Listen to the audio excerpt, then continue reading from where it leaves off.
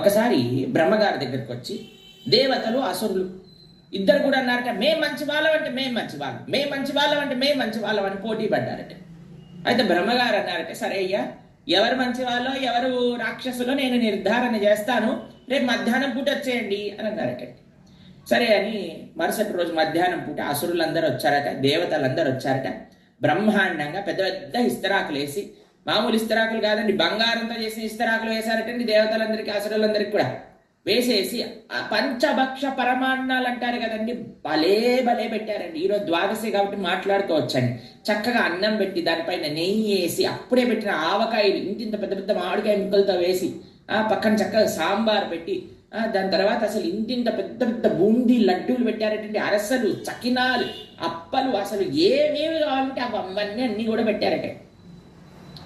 వాళ్ళు అనుకున్నారట, అబ్బా అబ్బా అబ్బా ఎంత బ్రహ్మాండం, అసలు ఈరోజు భోజనం మహా అద్భుతంగా ఉండబోతుంది. అప్పుడు బ్రహ్మగారు వచ్చారట, అయ్యా మీకు ఒక చిన్న పరీక్ష ఉన్నది, భోజనం బాగానే ఉన్నది. కానీ బ్రహ్మగారు ఏం చేశారట, అందరి చేతులకి కూడా ఇలా కర్రలు కట్టారటండి, కర్రలు తాడుతో కట్టేశారట. ఇలా అయిపోయి చేతులని.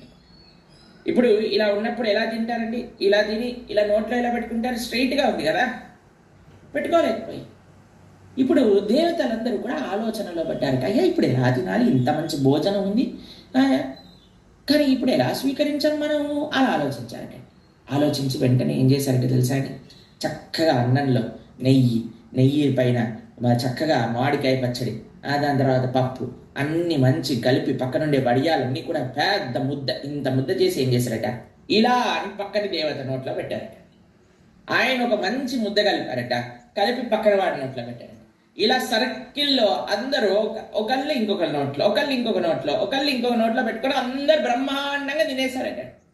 లడ్డూలైతే ఇంత పెద్ద పెద్ద బూందీ లడ్డూలు ఇలా సాఫ్ట్గా అప్పుడే ఫ్రెష్గా చేసి చుట్టారట, కాజులన్నీ కనిపిస్తున్నాయట, ఇలాయచీ పొడి అన్ని వితౌట్ ఆర్టిఫిషియల్ కలర్స్ బ్రహ్మాండంగా చేశారట. ఆహాహా, ఒక్కొక్కళ్ళు లడ్డూలు తినిపిస్తుంటే వాళ్ళు అసలు ఎంత ఆనందపడిపోయి ఎంత తృప్తి పడిపోయారట. ఇదొక హాల్లో నడుస్తుంది. పక్కన వాళ్ళు అసురులు ఉన్నారు, వీళ్ళేం చేస్తున్నారట, వెంటనే పచ్చడి వేసేసుకున్నారట, ఫుల్ ఎర్ర కలుపుకొని మొత్తం ఇంత చేసుకొని ఇంత తినాలి నేను ఢామ్ అని పైకి వేసారట. ఎగిరేసి నేను కాచి పడతాను అని పడగానే మొత్తం ముఖం పైన కళ్ళల్లో కారం పడిపోయి అని ఎడబడడం ప్రారంభం చేశారు. ఇక్కడ బ్రహ్మగారు అక్కడ చూసి ఇక్కడికి వచ్చేసరికి మొత్తం అన్ని చోట్ల గందరగోళం, లడ్డూలు కొన్ని సీలింగ్కి, ఒకటి ముఖానికి, ఇక్కడ అక్కడ పడిపోయి అంత గందరగోళం. ఇదే దైవీ గుణము, ఆసురీ గుణము.